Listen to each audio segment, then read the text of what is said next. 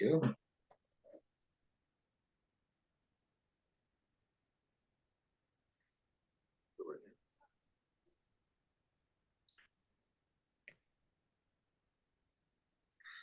Hi, Dan. Hey, everybody. A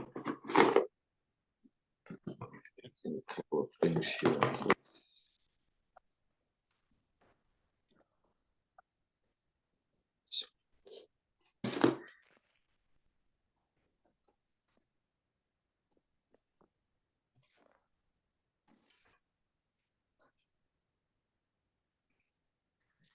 Good afternoon, everybody.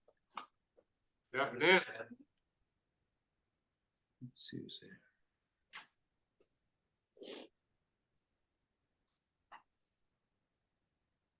Should I go ahead and call the meeting to order? Are we all here? We're all here, so please do. Okay, so this is 2:03 on Wednesday, December 13th, calling the meeting to order for the Measure 8 Committee. Thank you all for being here and for this follow-up meeting in which our chief goal is to just hear information about the audit as well as the questions you have about for this report that we're going to make it. On that note, I think we need a few of the minutes. Any comments, questions, or clarification?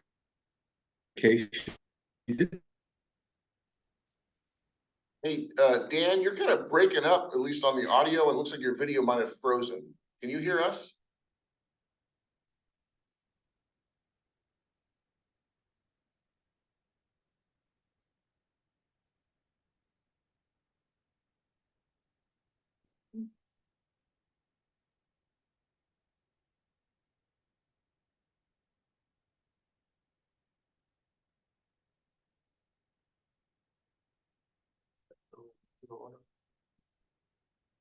Hey, Dan, Jeff Breltz here.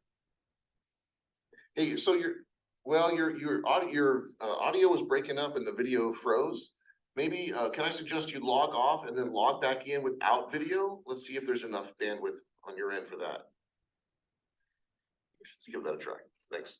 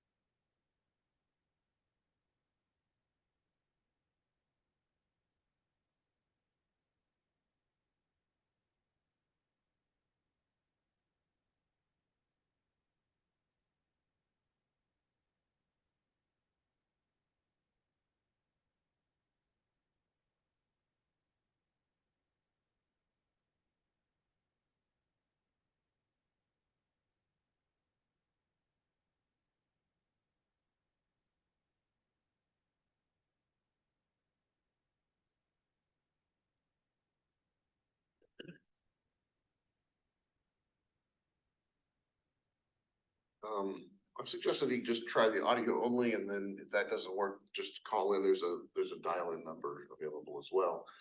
But so if you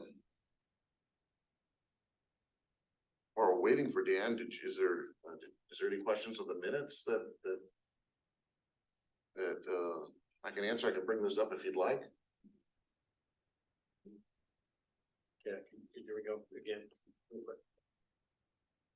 I was just trying to find them. Oh. Yeah, right here.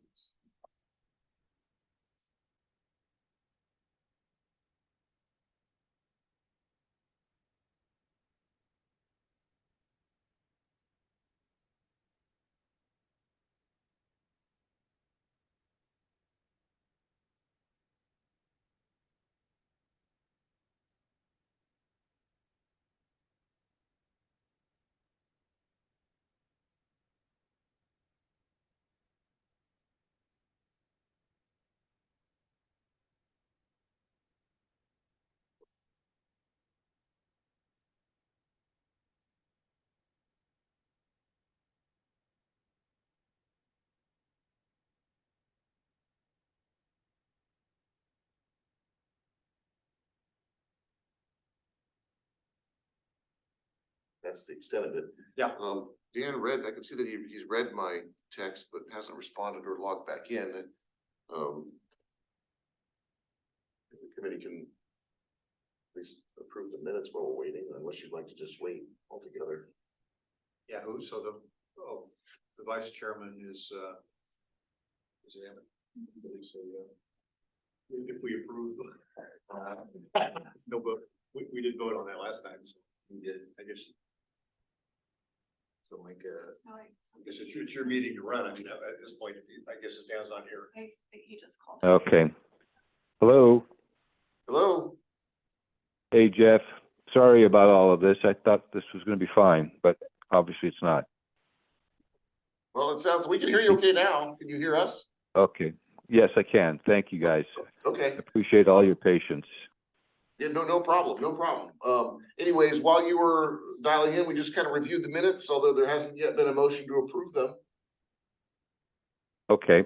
Any other questions regarding the minutes? Any other comments or feedback from the minutes from the team?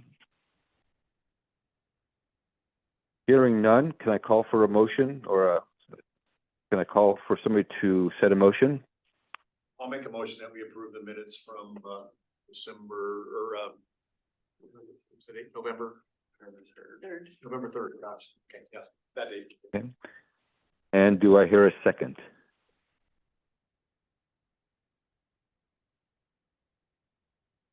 Okay, I will go ahead, since I have heard, then I will go ahead and be that second person. Let me call There for was a second. I'm sorry. I'm sorry, I couldn't hear Yeah, that. there Okay, was Emmett made a second. okay. All right, so we go ahead and call for a roll call vote, please. Hewitt, Aye. Bowie, Aye. Creed, aye, and Mossonich. Aye. Okay, looks like it's passed. We can move forward then at this point. Okay. So this next piece is a review of the audit report, and Mr. Briltz, I'm going to turn it over to you to lead the discussion and handle that report as you feel best. Thank you very much. So as we discussed at our last meeting, the district's fiscal year 2022-23 audit year was still under audit. The auditors were still preparing or reviewing that information. We received a draft audit report, the original draft, about a week and a half ago, and then staff reviewed that draft and consulted with the auditing firm, and an updated draft was provided to us just Thursday of last week, or maybe Friday. Friday. So just last Friday. So the document that was included in this packet is in fact still a draft. But this is what is on or expected to be on the December 19th Board of Directors agenda for presentation and recommended for acceptance. So we provided this to you. I realize it's still in a draft form. Our recommendation would be that you're free to ask questions. We can cover. There's really actually not much in here that's really specific to Measure A. But you can read the audit report. You can read the letter from the auditors to management, talking about that they didn't find any material weaknesses or significant deficiencies of note. And then we can highlight on this page here, and Dan, you probably won't be able to see this right now, but on page 16 of the report, there is a line item that shows the revenue associated with Measure A for last year at I'm reading that right, 510,000. Blow it up a little bit Okay. bigger. $10,000. And this same page does show in the fire fund has its own well, I'll highlight just that column, its own column that shows all the major revenues. So you've got property taxes, of course, measure A, some grant receipts, other income, investment earnings, and then the major categories of expenditures, including salaries and benefits, materials and services, administrative cost allocation. So it's not as detailed as say our budget worksheet is, where we've got maybe 40 line items. These are compiled into broader categories. So like the salary and benefits, when we review the budget line item, the budget that included all the line items, there would have been about a dozen line items that would be as a part of included in salaries and benefits. One for each benefit, and these are all kind of commingled in this report. But nonetheless, this is the report that's going before the board next Tuesday. Again, we're happy to answer questions about its contents. And then this is kind of what we did last year, if it's helpful, is we were kind of in the same boat. We provided a copy of the draft audit. It had not yet been accepted by the board. And then I simply advised the committee if there were any changes made as a result of the board's acceptance to that audit. I don't expect there to be. And I think you can take this information and use it for your purposes, and we would alert you if there were any changes or that were made as a part of or after the board's the presentation to the board. All right, so I'm going to turn to the committee members, Rod, Emmett, and Leona. Do you have any comments or questions of Mr. Briltz at this point? No, I don't. I don't either. Okay. And I think I heard everybody. Is that true? Yes, nobody has any questions. Okay, so I have the document in front of me here, so I'm looking at that sheet as well on page 16 of the report. Just a question that I just want to go back to from our November 3rd meeting. I recall when I looked at that document and that there was an increase in the amount of funds that were going to be sent just to be used in the general administration of TCSD that was coming out of the fire protection or piece. And I just want to just kind of have that, just if you don't mind, just reviewing what that was about again, so I understand it. Sure. So that's not going to show up in this audit because the audit is backwards looking. The year under audit that's before you today is for fiscal year 2022-2023. So that's July 1st, 2022 to June 30th, 2023. That's the audit report that you have in front of you. During last year's audit, last fiscal year, the district updated its cost allocation formula over the course of the winter, and a new cost allocation plan was approved by the board of directors and is now contained within our strategic financial policies and took effect for the current fiscal year, July 1st, 2023 through June 30th, 2024. And that line item, I mean, on this audit report, it shows the administrative cost allocation right here. I'm highlighting it, Dan, but you probably can't see that, at $132,000. That was for the prior fiscal year. The formula changed pretty significantly for particularly for fire going forward. And so there's a larger percentage of those costs that are now attributed to fire for the current budget year. And unless there's a change, that kind of new formula will stand until there is a change. Okay, and that change was approved by the board. That whole formula was approved by the board. Yeah, there's a new cost allocation plan was approved. Okay. And in place, I can email if the committee would like, we can email a link to that so you can read the report or how it's contained, if that's helpful. Did the other funds also get affected similarly? Yeah, well, all the funds were affected, but the fire fund had the biggest increase in costs in terms of its percentage of allocation. Okay, and I guess the question is, why would that be? Well, the new cost allocation plan is based on expenses from these various departments, and the fire fund has seen tremendous growth right over the past decade or so in terms of our costs of supporting it. So one of the cost allocation plan reviewed a few components, but ultimately made a recommendation that the allocation of administrative costs be determined based on those funds' current year expenditure. Okay, so, I guess I understand the need to go ahead and cover costs of the administrative side of the house.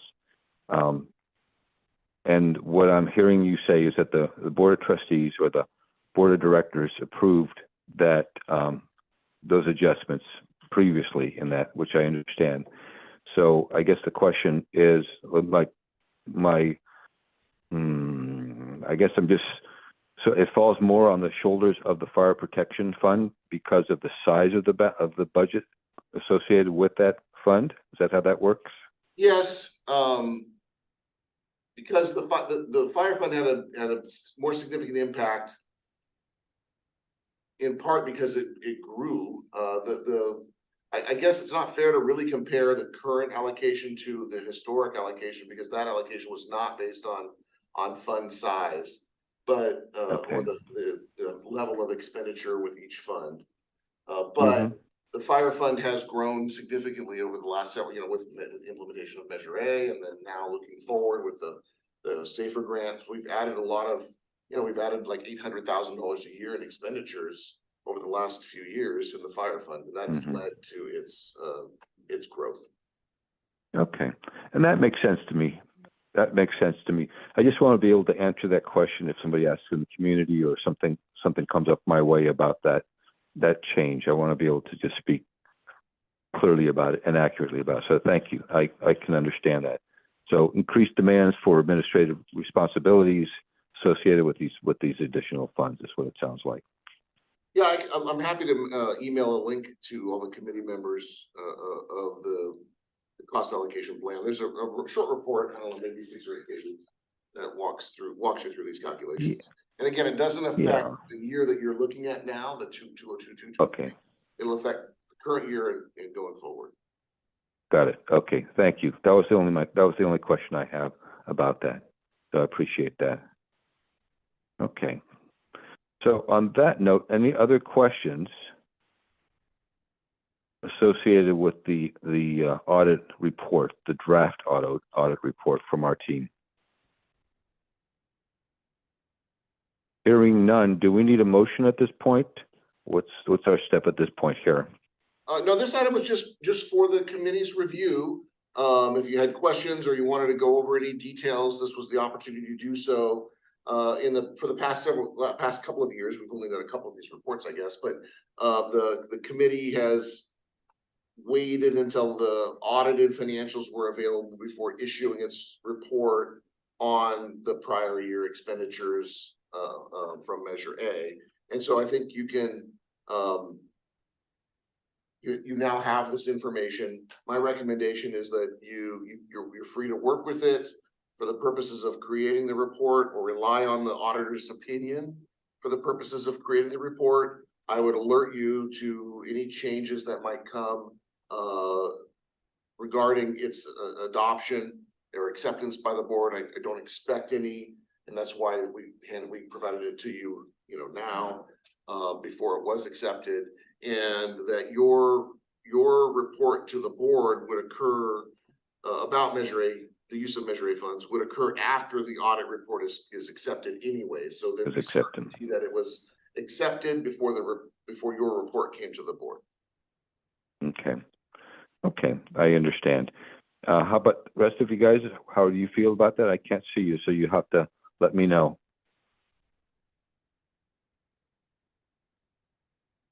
Say wait till it's adopted on December 19th. And then Okay. that's final. Okay.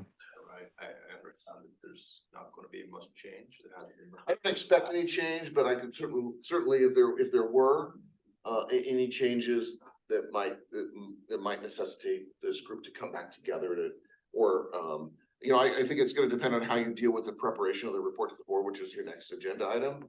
But a year ago, after this information was shared with the committee delegated the chairperson to prepare the report.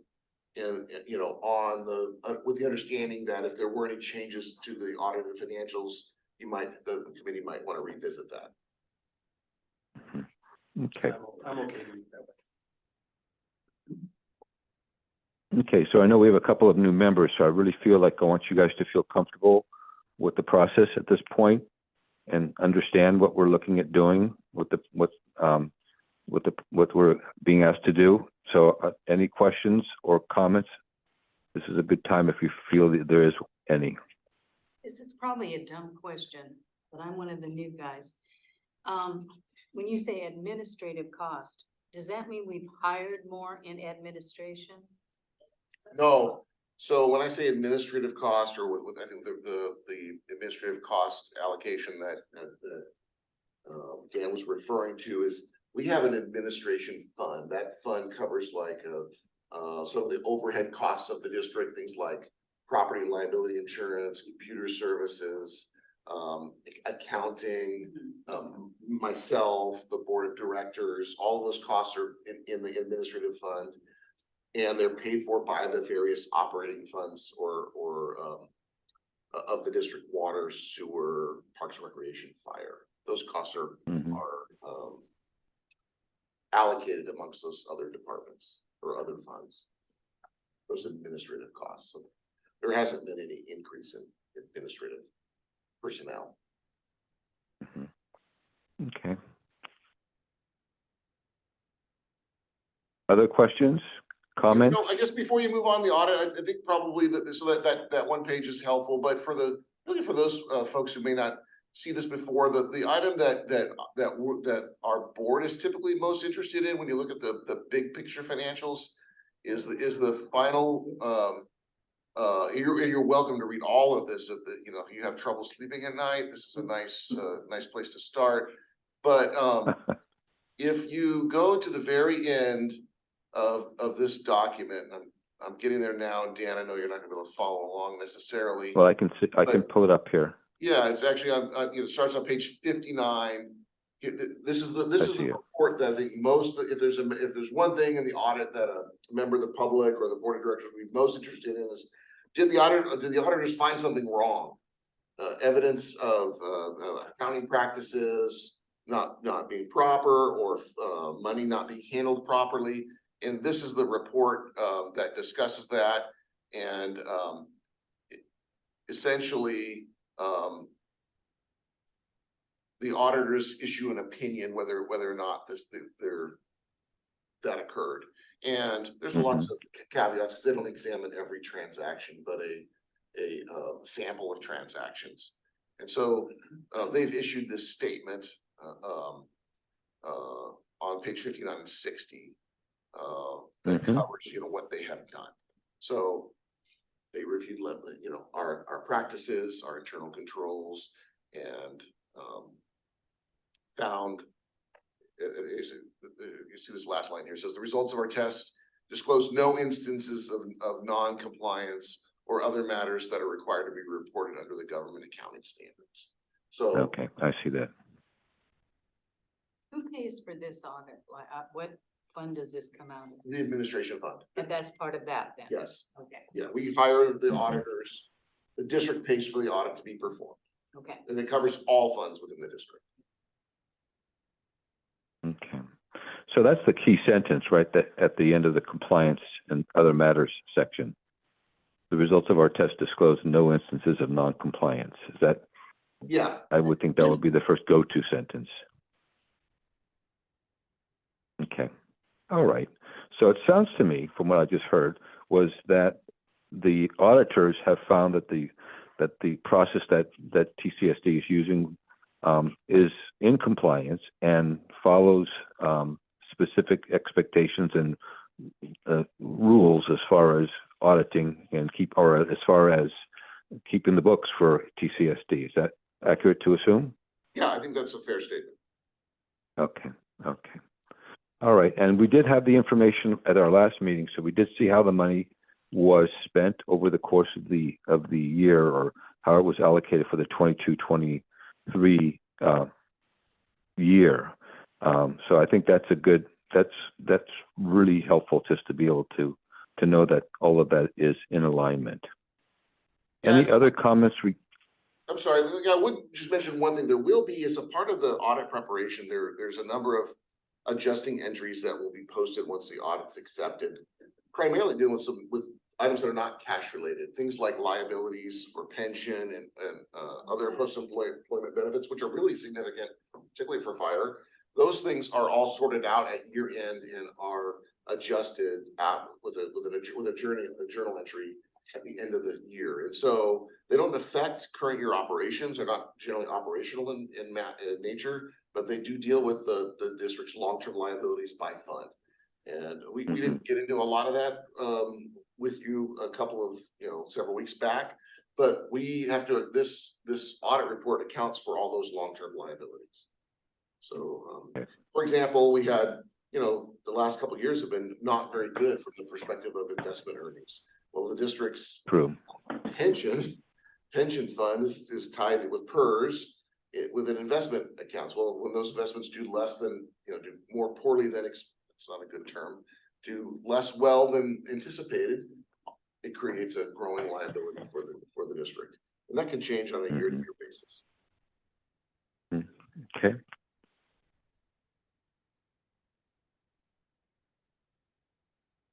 Other comments from the committee?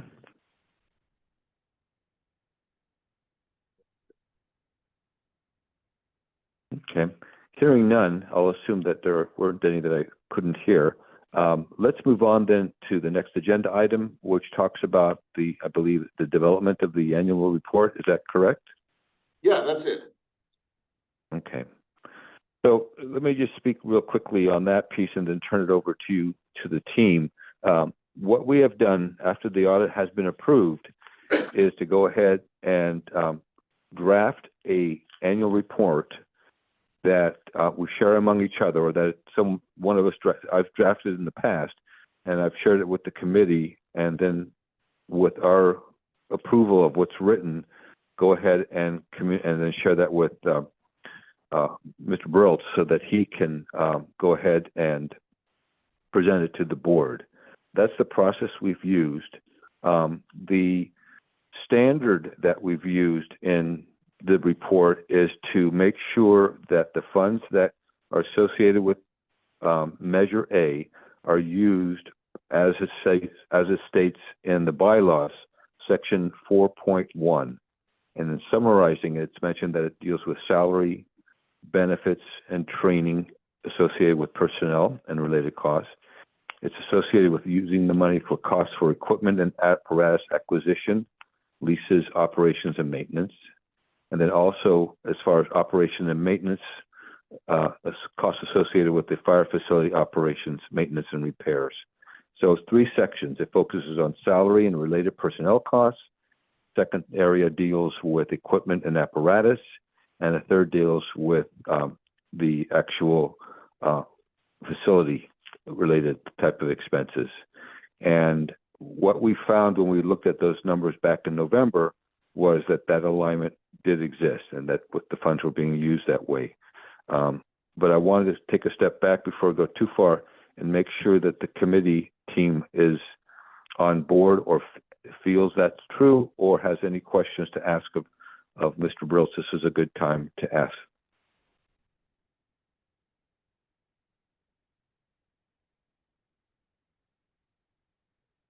I'm okay moving forward. Okay. Authorizing you, Dan, to once the audit's finalized, as long as there's no changes, to go ahead and get together with Mr. Brills and provide that report. Okay. So I don't know, is Chief Peterson in attendance this afternoon? Yes, I'm here, Dan. Hi, good to hear your voice. One thing that really matters to me is to be aware of not only the fact that the money is being spent as the bylaws state, but also are the impacts of that money being seen. And what I'd like to do with you, probably on a phone call, not today, but next week probably, just to kind of go over some of the different, what I called them associated findings last year. That was the term I used. But just in terms of medical services being provided, fire and medical services being provided, reducing response times, training and retaining qualified firefighters. I'd like to just spend some time just on the phone with you, if your time's available, Chief, to just to get an update from you. Would you be available for that? Yeah, absolutely. Yeah, I remember last year, just we can all have some statistics ready for you, and we do have a new software program, Image Trend, that was taken over by San Luis County EMSA, which has been a little challenging because some of the reports have not transferred yet, but I'll do everything I can to get, a lot of those response time reports ready for you. Okay. Yeah, because that's really where, in my mind, as the community looks at it, where the rubber hits the road, so to speak, yes, we're using the funds well, but is it making a difference? And Correct. We have found in our previous years that is indeed the case. And I'm confident that we will see that again. But I want to make sure to include that in the report so that's officially a part of the communication coming from this committee. Yeah, unofficially and by the tracking we're doing, our response times have come down even from last year.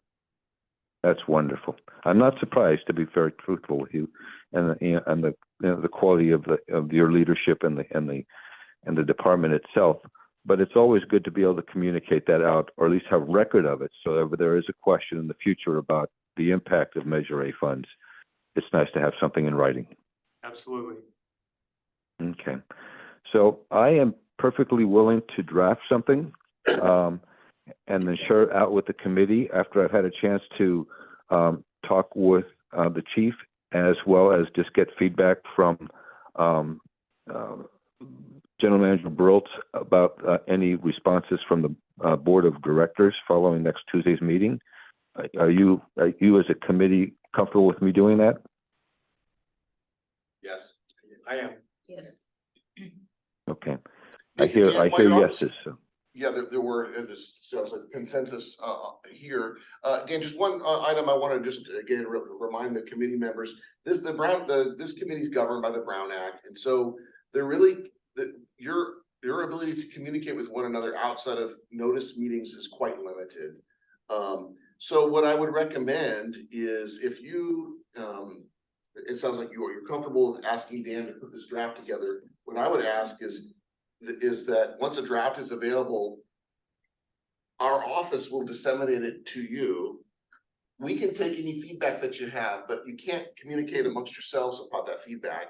If there's something in there that's concerning, you just bring that to our attention. I'll let Dan know that, hey, there's some issues here. You need to have another meeting in order to resolve those issues before the report goes forward. If you catch a typo or something like that, that's no problem. Just send it to us. That's not material. We'll have Dan make that update and this can move forward. But you're not able to communicate on material matters with one another outside of notice meetings. Okay. Does that make sense? So if we have a question, we email you? Yes, and then we would recommend that the committee hold another meeting. In other words, Oh, okay. if there's so let's say Dan drafts a draft report, comes up with a draft report, it goes to you for your review, and if you catch a typo, please send it back our way and we'll get that resolved. But if there's something in there that's concerning that you say, hey, I think we should talk about this, or I think I want to materially change some contents or have a discussion or get feedback from other committee members about something that's material, then we should have a noticed committee meeting to do that. If you're simply saying, hey, I've had an opportunity to look at the report and I'm good, then I'll just communicate that back to Dan. That says there weren't any material comments that came back from any of the committee members. Let's get this scheduled for presentation to the board. Thank you, Jeff. Thank you for reminding the communication piece. So I'm good with that. Hello? Yeah. Okay.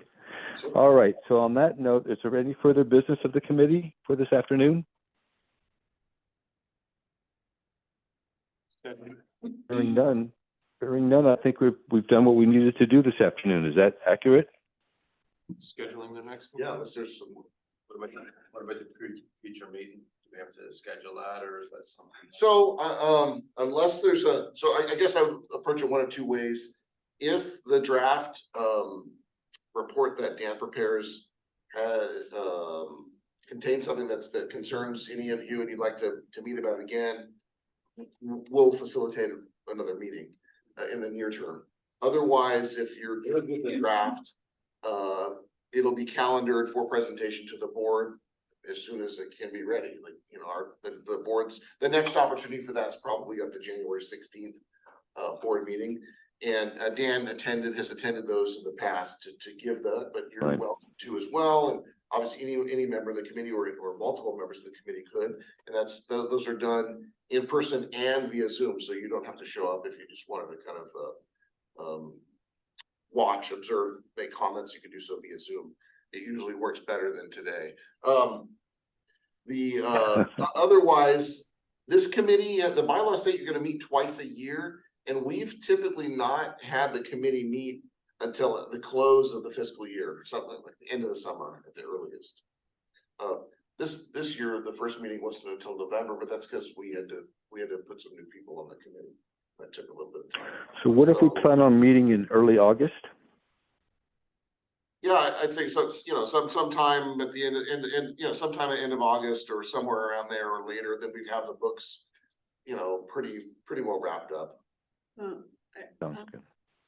I would say the second to third week of September. I mean, I'm just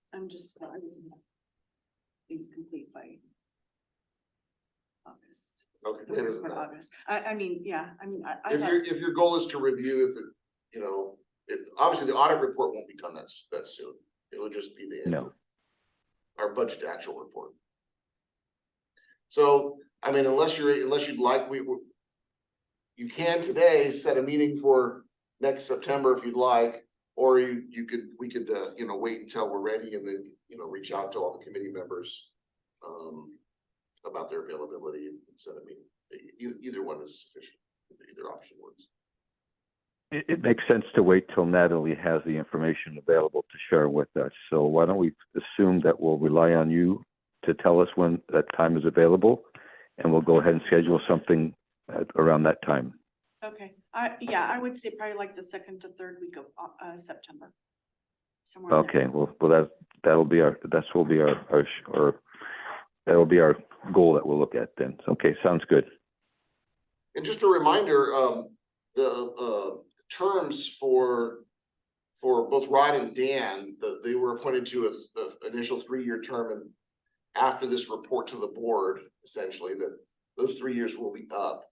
So we'll be encouraging them to see a lot of enthusiasm. Yeah. You're next to me, Dan. You don't get to see all this enthusiasm, but we'll be getting applications to you if you're interested in being reappointed to this committee.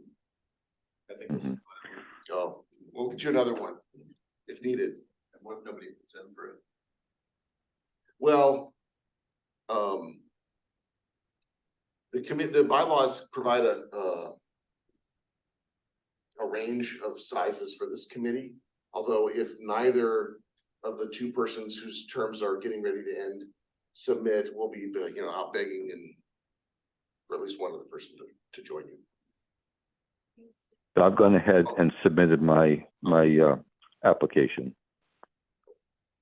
So we'll be okay. Perfect.